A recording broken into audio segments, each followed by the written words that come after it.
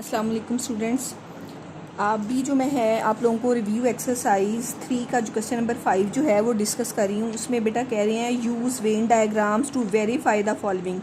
हमने क्वेश्चन के ज़रिए इसको वेरीफाई नहीं करना, यानी सेट्स गिवन नहीं है, बल्कि हमने वेन डायग्राम्स के ज़रिए ये साबित करना है कि जो लेफ़्ट हैंड साइड है वो राइट हैंड साइड के इक्वल है। अब देखें बेटे, सबसे पहले मैंने क्या किया, लेफ़्ट हैंड साइड लिया। लेफ़्ट हैंड साइड में आपके पास क्या है, a माइनस बी। अब यहाँ पे मैंने आप लोगों को पिछले वीडियो में भी वेन डायग्राम का बताया था, मैं यहाँ दोबारा बता रही हूँ कि आपने यूनिवर्सल सेट यानी यू सेट ड्रा करना है। उसके अंदर अगर यहाँ पे 2 सेट अंडर डिस्कशन होंगे तो यहाँ पे हमने 2 सेट ड्रा कर देने हैं। एक सेट होगा तो हमने यू के अंदर एक सेट कर देना है। अब यहाँ पे 2 सेट्स हैं तो मैंने ए और बी 2 सेट्स इसके अंदर जो है वो ड्रा कर दिए हैं।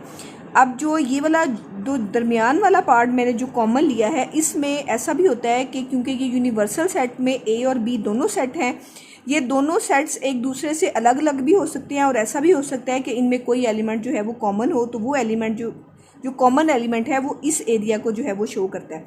अब देखिए बेटे, a माइनस बी का रिज़ल्ट क्या आएगा कि a के वो एलिमेंट आएंगे जो b में नहीं होते, a के वो एलिमेंट जो b में ना हो। ठीक है, अब जो ये वाला हिस्सा है a का वो तो कॉमन है b के साथ, तो ये वाले एलिमेंट तो नहीं आएंगे क्योंकि हमने a के वो ही एलिमेंट लिखने हैं जो b में नहीं होते। तो यहाँ से लेकर अगर हम सिर्फ इतने से हिस्से को कलर्ड कर दें तो इस हिस्से में a के वो सारे एलिमेंट होंगे जो b में नहीं होंगे। इस हिस्से में b और a के कॉमन एलिमेंट होंगे जो कि हमने कलर्ड नहीं करने।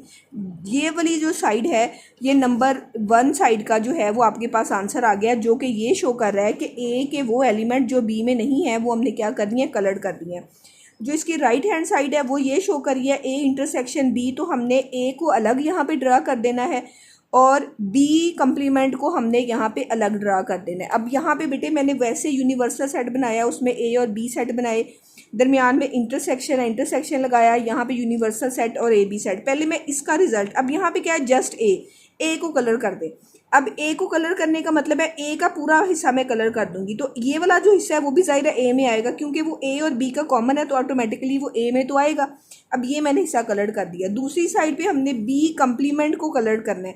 अब b कंप्लीमेंट में बेटा कौन सा हिस्सा आएगा, अगर मैं इसको आपके सामने डिस्क्राइब करूँ तो b कंप्लीमेंट का मतलब क्या होता है, u माइनस बी, कि u का वो वाला पार्ट कलर कर दिया जाएगा जो उसमें b के एलिमेंट्स नहीं होंगे, यानी b को निकाल के बाकी सारे का सारा u जो है वो कलर्ड हो जाएगा। अब b कितना है, ये इतना b है, हम इस b को छोड़ के बाकी सारा पार्ट क्या कर देंगे, कलर कर देंगे, जिसमें a के एलिमेंट b आ जाएंगे। ये b पूरा हमने छोड़ना है, ठीक है, क्योंकि यहाँ पे पूरा b है। ये जो उसका पार्ट a के साथ कॉमन है वो भी हम छोड़ देंगे, पूरा b जो है वो कलर्ड होगा। जिस तरह यहाँ पे पूरा a कलर हुआ है, यहाँ पे पूरे का पूरा b जो है वो छोड़ा जा रहा है क्योंकि u में से b जो है वो माइनस हो रहा है। अब देखें बेटे, अब हमने इन दोनों का इंटरसेक्शन लेना है। इंटरसेक्शन होता है कि जो इन दोनों में कॉमन पार्ट होता है। अब देखिए कौन सा हिस्सा इन दोनों डायग्राम्स में कॉमन जो है वो कलर्ड आ रहा है, ये इतना हिस्सा इसका और ये इतना हिस्सा इसका, ये वाला हिस्सा दोनों में कॉमन नहीं है, ये इसमें कलर्ड है, इसमें कलर्ड नहीं है।